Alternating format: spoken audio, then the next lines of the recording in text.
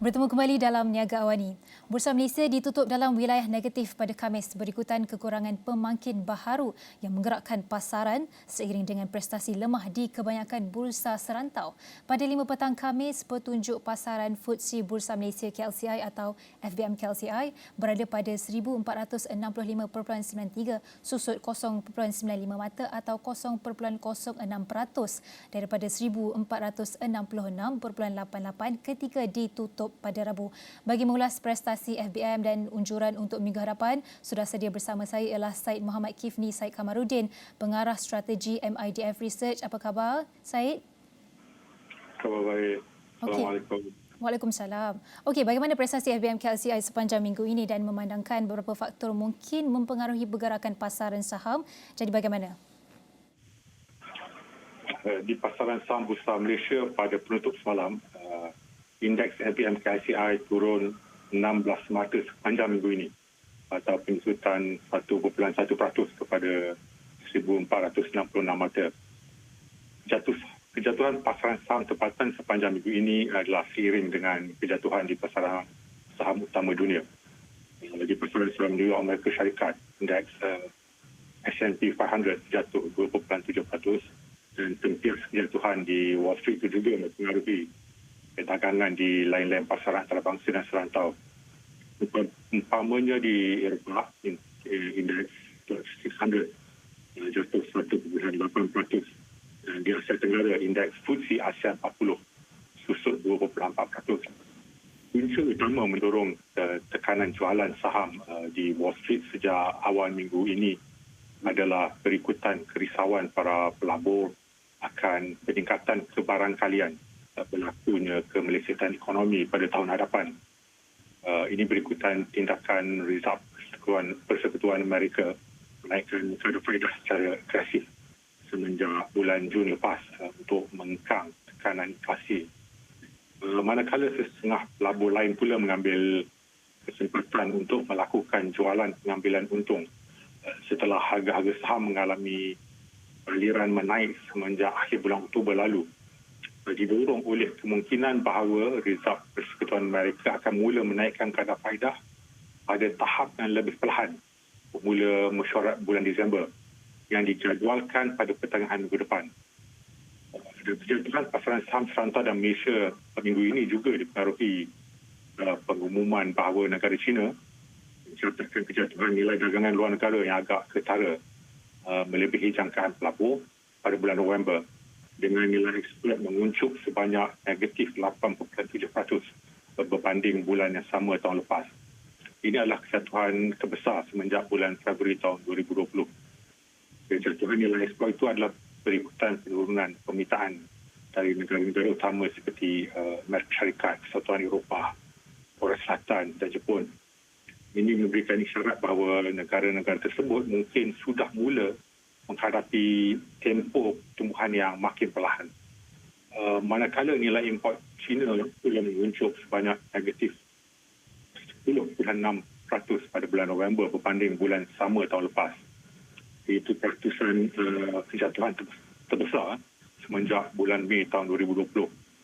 Ini menunjukkan bahawa polisi COVID-0 atau Zero COVID Policy bagi negara China yang begitu ketat telah mendatangkan kesan negatif terhadap perbelanjaan konsumer dan aktiviti perniagaan. Justru pengurangan dalam nilai pengimportan barangan asing.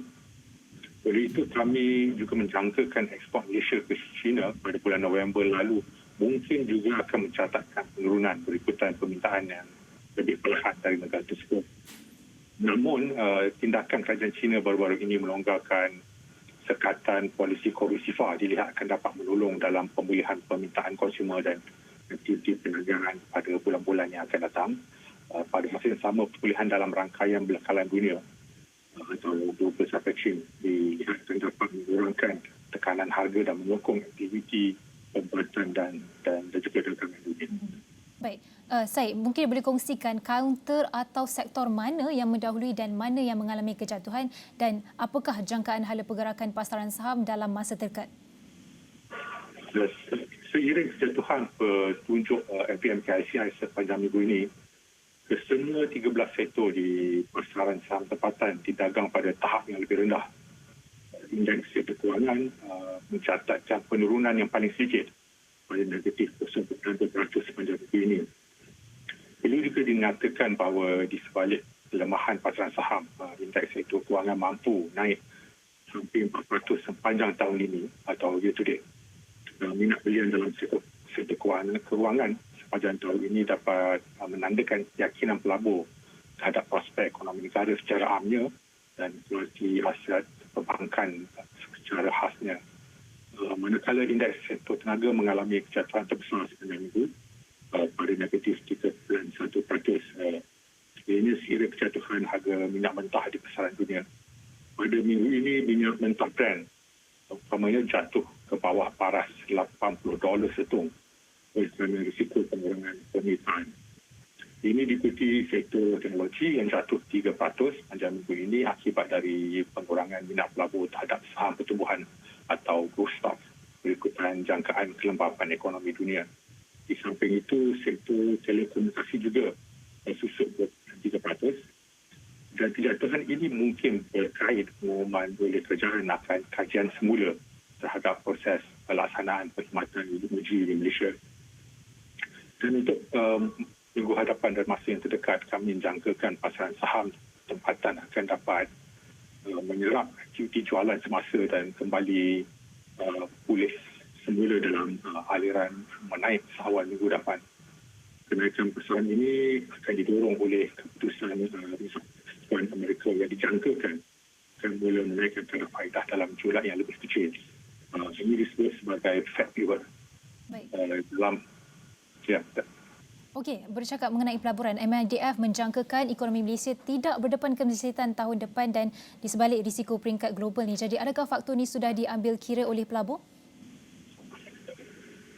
Kebijakan para pelabur menjangkakan ekonomi akan bergerak secara lebih perlahan pada tahun depan.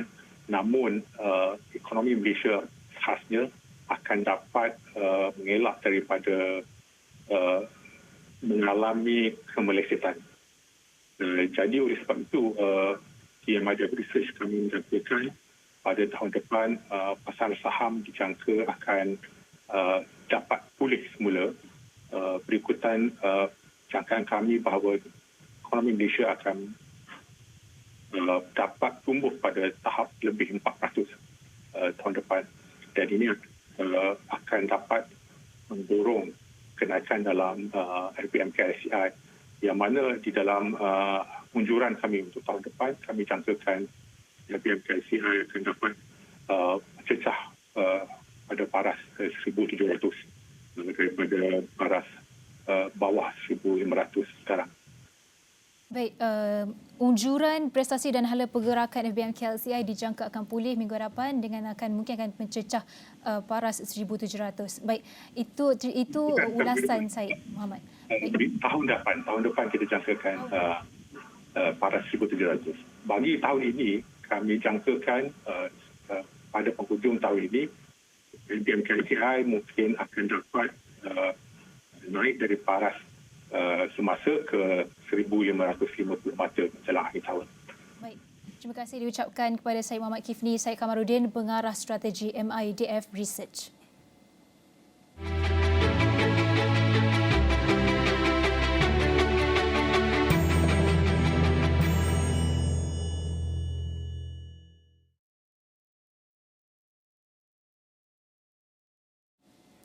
Era digitalisasi membuka peluang buat usahawan tempatan mengadaptasi teknologi dalam memasarkan perniagaan mereka. Itulah yang dihadapi seorang usahawan perabot jati di Johor yang turut mengalami lonjakan pendapatan selepas beralih daripada corak pemasaran secara tradisional kepada pendekatan digital. Syarikat Mutiara Jati sememangnya sudah sinonim dalam kalangan rakyat di Johor dan platform media sosial menjadi kunci bagi kejayaan itu. Pengasasnya, Muhammad Husni Muhammad Rusat berkata, perniagaan yang diusahakan sejak 2006 itu pada asalnya bergantung penuh terhadap penjualan secara bersemuka. Namun menjelang tahun 2015, dia memaklumkan kehadiran pelanggan ke kedai semakin berkurangan dan memaksanya untuk mencari sentuhan baharu bagi melonjakkan kembali prestasi perniagaan berkenaan. Orang membeli perabot Kalau dulu orang kena datang ke kedai untuk membeli, untuk menyentuh ataupun dia nak menilai perabot tersebut sama ada cantik ataupun tidak, sekarang tak begitu. Ramai di kalangan pelanggan-pelanggan kami juga, dia membeli perabot yang harga sampai RM15-20,000, dia pun tak nak datang ke kedai. Dia cuma berdasarkan apa yang dilihat di media sosial ataupun di handphone dia, dan dia transfer duit RM20,000 and then barang tu dihantar. Begitu sebenarnya betapa orang dah beralih arah kepada era digitalisation. Lonjakan prestasi perniagaan itu dikesan selepas dia kerap menjalankan pemasaran menerusi Facebook Live bagi menarik perhatian pelanggan. Malah melalui medium itu, perusahaan tersebut mampu memperoleh capaian pasaran luas termasuk meraih tempahan dari luar negara. Menurutnya lagi, produk perabot jati miliknya itu turut berjaya dieksport ke Lubnan, Arab Saudi dan Singapura. Dalam pada itu, pandemik COVID-19 yang melanda negara turut tidak membawa impak yang mendalam terhadap bisnesnya. Jelas usahawan itu, dia masih mampu mengekalkan momentum perniagaan terbabit hasil keuntungan yang dijana menerusi urusan jual beli atas talian. Perusahaan Mutiara Jati yang berpusat di Johor Bahru itu kini memiliki 8 cawangan di seluruh negara melibatkan 4 di Johor. Tambahnya, beliau turut merancang untuk memperluaskan empayar perniagaannya di Selangor dalam masa terdekat.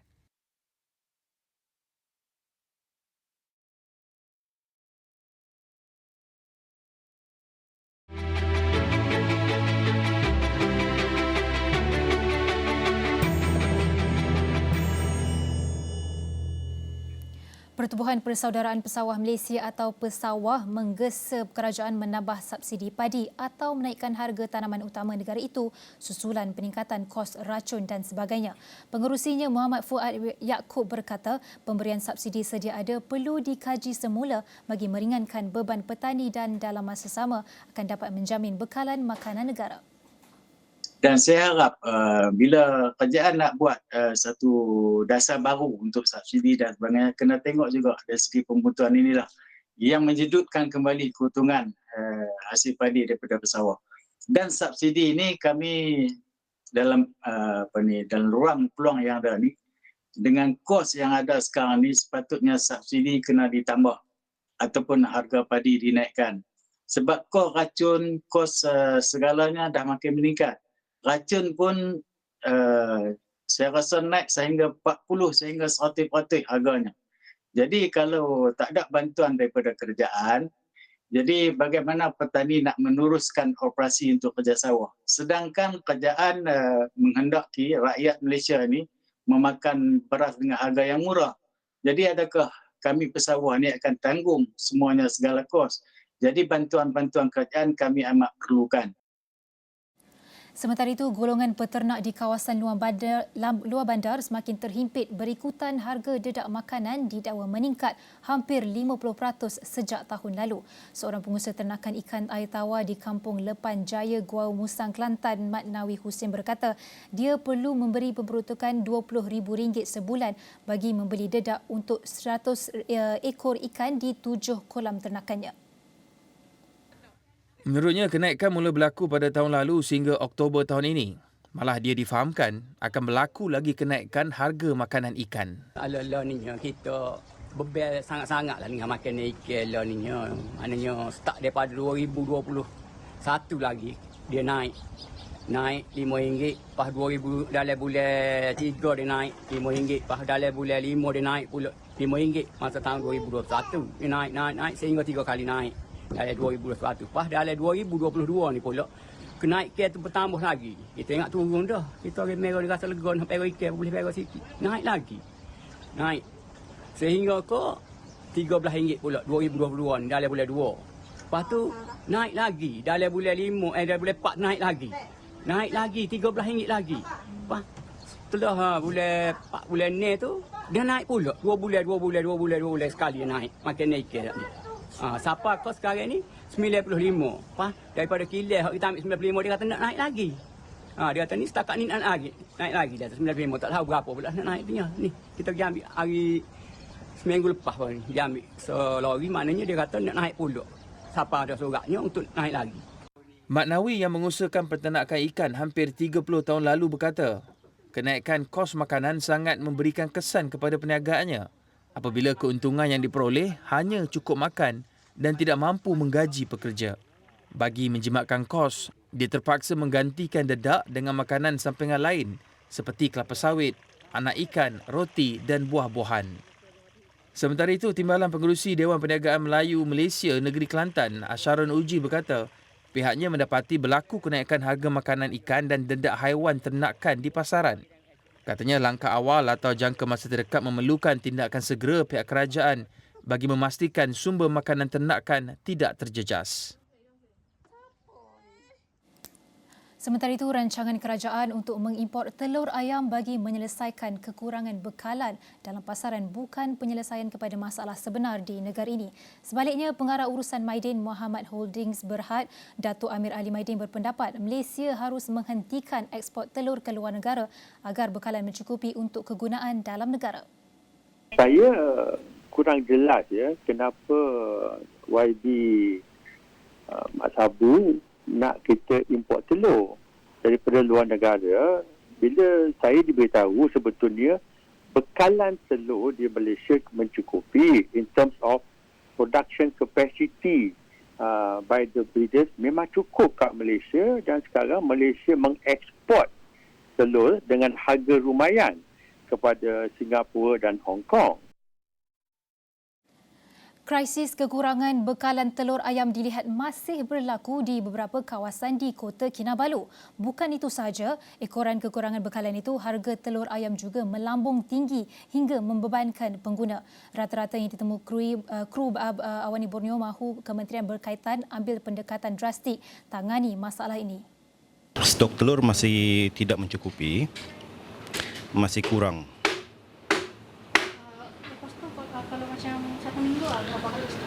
Okey, dalam seminggu sekurang-kurangnya sekali lah stok telur akan sampai. Itu pun tidak banyak.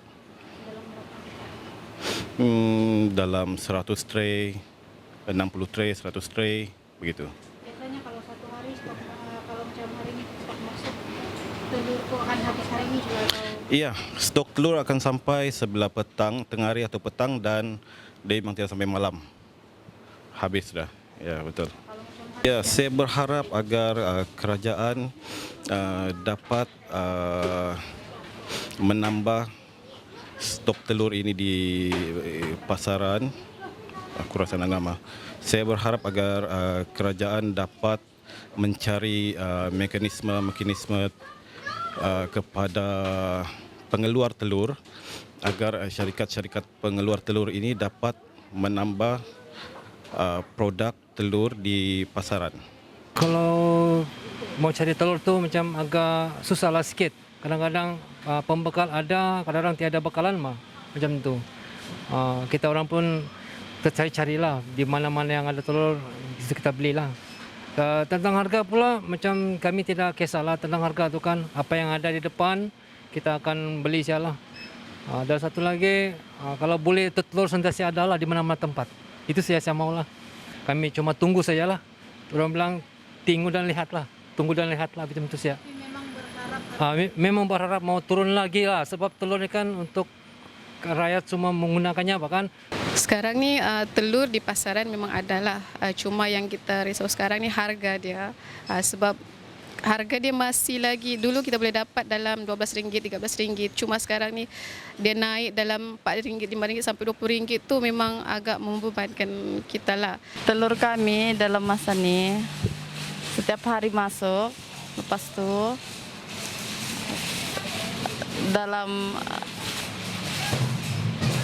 dalam satu hari tu boleh habis lah dalam tu. Dalam bulan ni macam hari-hari je kita. Ya, kecuali hari Minggu lah.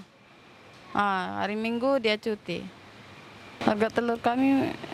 Kamu ada kasih naik kah, kasih turun kah? Masih macam biasa tuh, yang baru-baru dinaikkan. Ada yang naik. So, satu kotak telur untuk grade E berapa ringgit? Dalam satu kotak 30 tuh kan, dalam dia ada, kalau QL lah, QL sama Omega tuh sama apa lagi satu tuh. Itu dalam 20 lah, RM20 atau RM19 90 sen. Belum ada lagi. Sama aja? Ya, sama aja. Dari supplier pun sama aja harganya? Sama aja. Kalau ada diumumkan juga kalau turun. Itu belum ada lagi kena umum.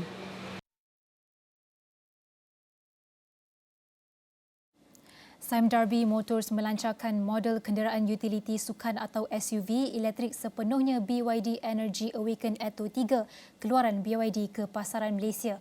Menurut pengarah urusan peruncitan dan pengedaran Sime Darby Motors Malaysia iaitu Jeffrey Gunn sebagai pengedar eksklusif rasmi kenderaan BYD di Malaysia, kerjasama dengan syarikat teknologi tinggi itu dijangka dapat memenuhi permintaan kenderaan elektrik di negara ini.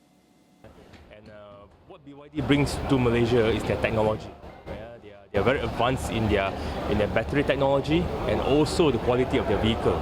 So with that confidence, we know that we will be spending a substantial amount of money to grow the brand, to make sure that the brand remain a very strong brand in the country. So the funding will be a collaborative funding between us and our dealer partners. Majority of the capex or the spending will be in the facility.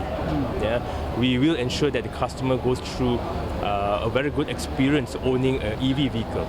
So we will equip our facility with state-of-the-art technology. We are going to equip it with the best after-sales service because it's very different from the ICE vehicle. Tambahnya, bilik pameran pertama dijangka dibuka pada pertengahan Disember ini di trek Kuala Lumpur, Jalan Tun Razak. Manakala 3 lagi bilik pameran jelas Andrew akan dibuka di arah Damansara, Pulau Pinang dan Johor menjelang separuh pertama 2023.